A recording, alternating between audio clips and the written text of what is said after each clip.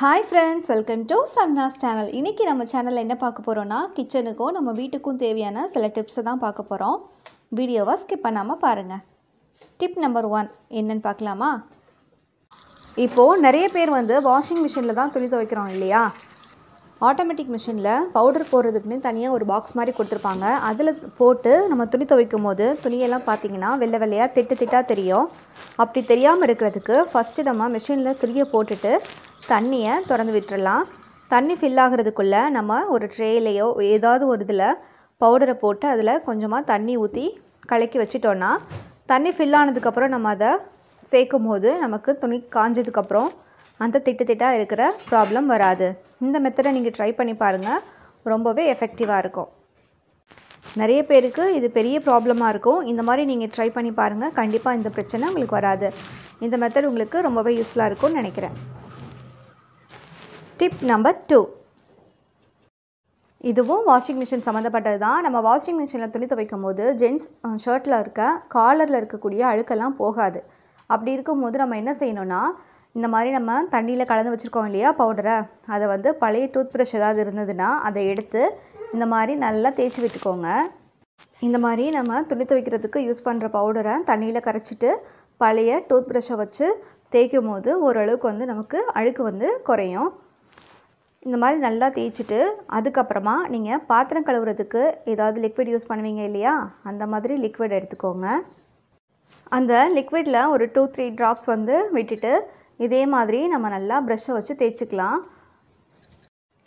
இந்த மாதிரி ஒரு டூத் ப்ரஷ்ஷை வச்சு நல்லா தேய்ச்சிட்டு அதுக்கப்புறமா நம்ம வாஷிங் மிஷினில் போட்டு துவைச்சி எடுக்கும் போது காலரில் இருக்கக்கூடிய அழுக்கு எல்லாமே நமக்கு ரிமூவ் ஆயிரும். இந்த மெத்தடை ட்ரை பண்ணி பார்த்துட்டு உங்களுக்கு இது ஒர்க் ஆகுதா இல்லையா அப்படின்றத மறக்காமல் கமெண்ட் பாக்ஸில் சொல்லுங்கள்.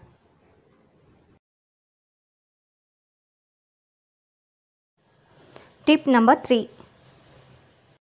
அயன் பாக்ஸ் யூஸ் பண்ணுற எல்லாருமே இந்த ப்ராப்ளமை லைஃப்பில் ஒரு டைமாவது ஃபேஸ் பண்ணியிருப்போம். இந்த மாதிரி அயன் பாக்ஸில் துணி ஸ்டிக் ஆயிரும். அந்த மாதிரி இருக்கும்போது அயன் பாக்ஸ் ஹீட்டாக இருக்கும் போதே இந்த மாதிரி ஒரு கேண்டிலை வச்சு தேய்க்க அதில் இருக்க பிடிச்சிருக்கிறது எல்லாமே ரிமூவ் ஆகிட்டு வருது பாருங்கள். ஸ்விட்சை கண்டிப்பாக ஆஃப் பண்ணிடணும். ஆஃப் பண்ணிவிட்டு ஹீட்டாக இருக்கும் போதே இந்த மாதிரி ஒரு மெழுகுவர்த்தியை வச்சு நல்லா நம்ம தேய்க்க அதில் ஒட்டியிருக்கிறது எல்லாமே நமக்கு ரிமூவ் ஆயிரும். இந்த மாதிரி பக்கத்தில் ஒரு துணி வச்சு தேய்ச்சி தொடச்சி எடுத்துக்கணும். உங்களுக்கு ரொம்ப அதிகமாக பிடிச்சிருக்கு அப்படின்னா லைட்டாக கத்தியை வச்சு சுரண்டி விட்டுக்கலாம், ஸ்க்ராச்சஸ் எதுவும் விழாமல். பட் எனக்கு கேண்டில்லையே ஃபுல்லாக ரிமூவ் ஆகிடுச்சு. இந்த மெத்தடை நீங்கள் ட்ரை பண்ணி பார்த்துட்டு உங்களுக்கு இது எஃபெக்டிவாக இருக்கா இல்லையான்றதை மறக்காமல் கமெண்ட்டில் சொல்லுங்கள். இந்த மெத்தட் ட்ரை பண்ணும்போது நமக்கு அயன் பாக்ஸ் ஹீட்டில் இருக்கணும். ஸோ நமக்கு அயன் பாக்ஸ் ஹீட் ஆனதுக்கப்புறம் ஸ்விட்சை ஆஃப் பண்ணிவிட்டு அதுக்கப்புறமா இதை ட்ரை பண்ணி பாருங்கள். டிப் நம்பர் 4, நம்ம டெய்லி யூஸ் பண்ணுற பொருளில் இந்த சீப்பும் ஒன்று. இந்த சீப்பு நமக்கு அடிக்கடி அழுக்காயிரும். இதை க்ளீன் பண்ணுறதே நமக்கு ஒரு பெரிய வேலையாக இருக்கும். இதை எப்படி ரொம்ப ஈஸியாக நம்ம க்ளீன் பண்ணலாம் அப்படின்றத இந்த வீடியோவில் பார்க்கலாம். நமக்கு தேவையில்லாத ஒரு பாக்ஸோ ஒரு பாத்திரம் ஏதாவது ஒன்று எடுத்துக்கோங்க. அதில் கொஞ்சமாக சுடு தண்ணி ஊற்றிக்கோங்க. சுடு தண்ணி நல்லா ஹீட்டாக இருக்கணும். அந்த மாதிரி ஹீட் பண்ணிவிட்டு அதுக்கப்புறம் ஊற்றிக்கலாம். ஊற்றிட்டு நம்ம துணி துவைக்கிறதுக்கு என்ன பவுடர் யூஸ் பண்ணுறோமோ அந்த பவுடரில் ஒரு ஸ்பூன் போட்டுக்கலாம். போட்டுட்டு உங்கள்கிட்ட பாத்திரம் கழுவுற லிக்விட் இருந்ததுன்னா அதில் ஒரு ட்ராப் சேர்த்துக்கோங்க. அது இல்லைன்னா தேவையில்லை, சேர்க்க வேணாம். என்கிட்ட இருக்குது, ஸோ நான் அதனால் அதை சேர்த்துக்கிறேன். இதெல்லாம் போட்டுட்டு நல்லா ஒரு பழைய டூத் ப்ரஷ் வச்சு மிக்ஸ் பண்ணிக்கலாம். மிக்ஸ் பண்ணிவிட்டு நம்ம எந்தெந்த சீப்பெல்லாம் க்ளீன் பண்ணணுமோ அந்த சீப்பெல்லாம் இதில் போட்டு வச்சிடலாம்.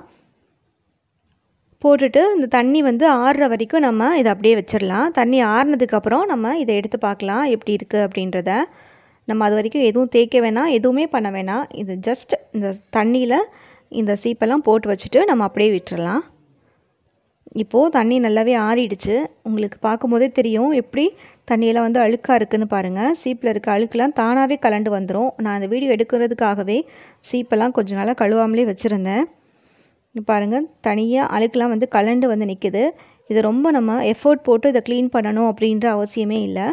இப்போது ஜஸ்ட்டு நம்ம அந்த டூத் ப்ரஷ்ஷை வச்சு லைட்டாக அப்படி எடுத்து விட்டாலே போதும், நமக்கு ஃபுல்லாகவே நல்லா அழகாக க்ளீனாகி வந்துடும். நான் உங்களுக்கு ஃபுல்லாக க்ளீன் பண்ணிவிட்டு எப்படி இருக்குன்னு காட்டுறேன் பாருங்கள்.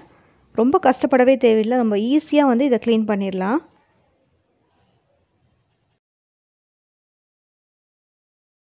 க்ளீன் பண்ணிவிட்டு நல்லா தண்ணியில் 2-3 தடவை வந்து வாஷ் பண்ணிக்கோங்க. வாஷ் பண்ணிவிட்டு பாருங்கள் எவ்வளோ அழகாக வந்து க்ளீன் ஆகி வந்திருக்கு அப்படின்னு. நம்ம ரொம்ப எஃபர்ட் போடாமலே ஈஸியாக வந்து இந்த மாதிரி க்ளீன் பண்ணி எடுத்துடலாம்.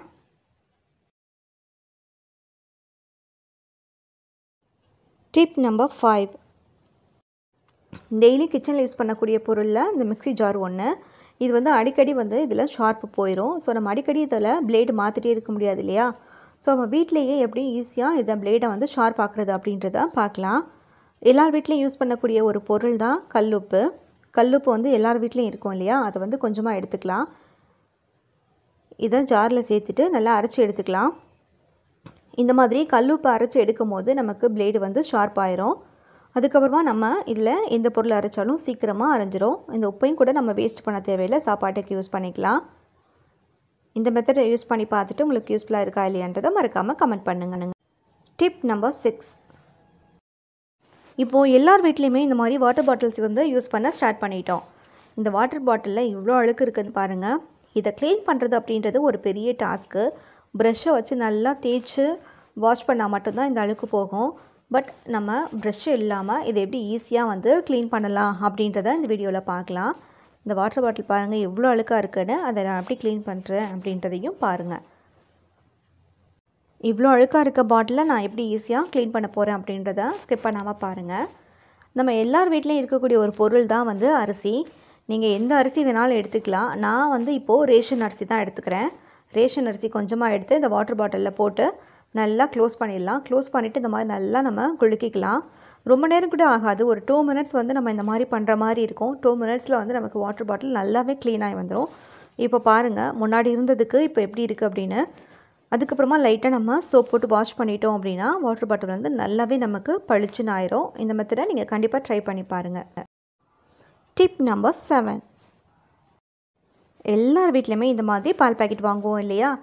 இன்னமும் நிறைய ஹோம் மேக்கர்ஸ் வந்து இந்த பால் பாக்கெட்டை எடுத்து வச்சு எடைக்கு போடுவாங்க. அந்த மாதிரி இருக்கும்போது நம்ம பாலை ஊற்றிட்டு இந்த பாக்கெட்டை அப்படியே எடுத்து வச்சோன்னா அதில் கொசு இந்த மாதிரி வரதுக்கு சான்சஸ் இருக்குது. ஸோ நம்ம இதை என்ன பண்ணணும்னா சிங்குக்கு மேலே இருக்க செவரில் டைல்ஸில் இந்த மாதிரி ஓட்டை வந்து கீழ்ப்பக்கமாக இருக்க மாதிரி நம்ம ஸ்டிக் பண்ணி விட்டுட்டோன்னா அதில் இருக்கிறதெல்லாம் கொஞ்சம் கொஞ்சமாக ட்ரைன் ஆகி நமக்கு நல்லா காஞ்சிரும். அதுக்கப்புறமா நீங்கள் இதை எடுத்து சேர்த்து வைக்கும் போது அதில் கொசுவோ எதுவும் வராது, ஸ்மெல்லும் அடிக்காது. Tip number 8. நம்ம குளிக்கும் போது நல்லா சோப் தேய்ச்சி குளிச்சுருவோம். பட் இந்த முதுகு மட்டும் நம்மளால் தேய்ச்சி குளிக்கவே முடியாது. அதுக்காகவே மார்க்கெட்டில் இந்த மாதிரி ஒரு ப்ரஷ் கிடைக்கிது. இந்த மாதிரி நீங்கள் ஒன்று வாங்கிக்கிட்டிங்கன்னா நம்ம ஈஸியாக நம்ம முதுகு தேய்ச்சி குளிக்கிறதுக்கு இது ரொம்பவே யூஸ்ஃபுல்லாக இருக்கும். இதை நீங்கள் வாங்கி ட்ரை பண்ணி பார்த்துட்டு இது உங்களுக்கு ஒர்க் ஆகுதா இல்லையான்றதை மறக்காமல் கமெண்ட் பண்ணுங்கள். Tip number 9. இப்போது மழைக்காலம் வந்து ஸ்டார்ட் ஆகிடுச்சு. மழைக்காலம் வந்துட்டாலே பெரிய தலைவலி என்னென்னா இந்த மாதிரி தீப்பெட்டியெல்லாம் சீக்கிரமாக நமக்கு பொருந்தாது. நிறைய பேர் வந்து இப்போ தீப்பெட்டி யூஸ் பண்ணுறதில்ல. பட் யூஸ் பண்ணுற ஒரு சிலருக்காக நான் சொல்கிறேன். சீக்கிரமாக நமக்கு பொருந்துறதுக்கு இந்த மாதிரி கொஞ்சமாக அரிசி எடுத்து இதில் போட்டு வச்சுக்கோங்க. நான் ரேஷன் அரிசி தான் யூஸ் பண்ணுறேன். நிறைய பேர் வீட்டில் ரேஷன் அரிசி சும்மாவே தான் இருக்கும். அதை இந்த மாதிரி சில யூஸ்க்காவது நம்ம யூஸ் பண்ணிக்கலாம். ஒரு 10 அரிசி போட்டு வச்சா போதும், நமக்கு அர்ஜென்ட்டுக்கு எடுத்து பொருந்தும் போது ஈஸியாக பொருந்திடும். இந்த மெத்தட் உங்களுக்கு யூஸ்ஃபுல்லாக இருக்கும்னு நினைக்கிறேன். Tip number 10. நம்ம எல்லார் வீட்லேயுமே வந்து ஜென்ஸ் வந்து லுங்கி யூஸ் பண்ணுவாங்க இல்லையா? இந்த மாதிரி பழைய கைலி, அதாவது கரைப்பட்டது இல்லை கிழிஞ்சது, இந்த மாதிரி நிறைய கைலி வந்து நம்ம ஒதுக்கி தூக்கி போட்டுருவோம். அந்த மாதிரி தூக்கி போடாமல் 2 சைடு வந்து ஓப்பனாக இருக்கும் பாருங்கள் கைலியில். அதில் ஒரு சைடு வந்து இந்த மாதிரி நல்லா தச்சு எடுத்துக்கோங்க. தச்சு எடுத்துகிட்டு நம்ம வீட்டில் இருக்கக்கூடிய பேகு, சூட்கேஸு இல்லை சில பொருட்கள், பாத்திரம் இந்த மாதிரி எதையாவது நம்ம இந்த மாதிரி உள்ளே போட்டுட்டு நல்லா நம்ம கட்டி வச்சிட்டோன்னா அதில் டஸ்ட்டு படாமல் இருக்கிறதுக்கு இது ரொம்பவே யூஸ்ஃபுல்லாக இருக்கும். இதையும் ட்ரை பண்ணி பார்த்துட்டு மறக்காமல் கமெண்ட் பண்ணுங்கள். இந்த டிப்ஸ் எல்லாம் உங்களுக்கு யூஸ்ஃபுல்லாக இருந்தது அப்படின்னா நம்ம சேனலை மறக்காமல் சப்ஸ்கிரைப் பண்ணிவிட்டு பக்கத்தில் இருக்க பெல் ஐக்கானை கிளிக் பண்ணி அதில் ஆல் அப்படின்ற ஆப்ஷனை செலக்ட் பண்ணிக்கோங்க.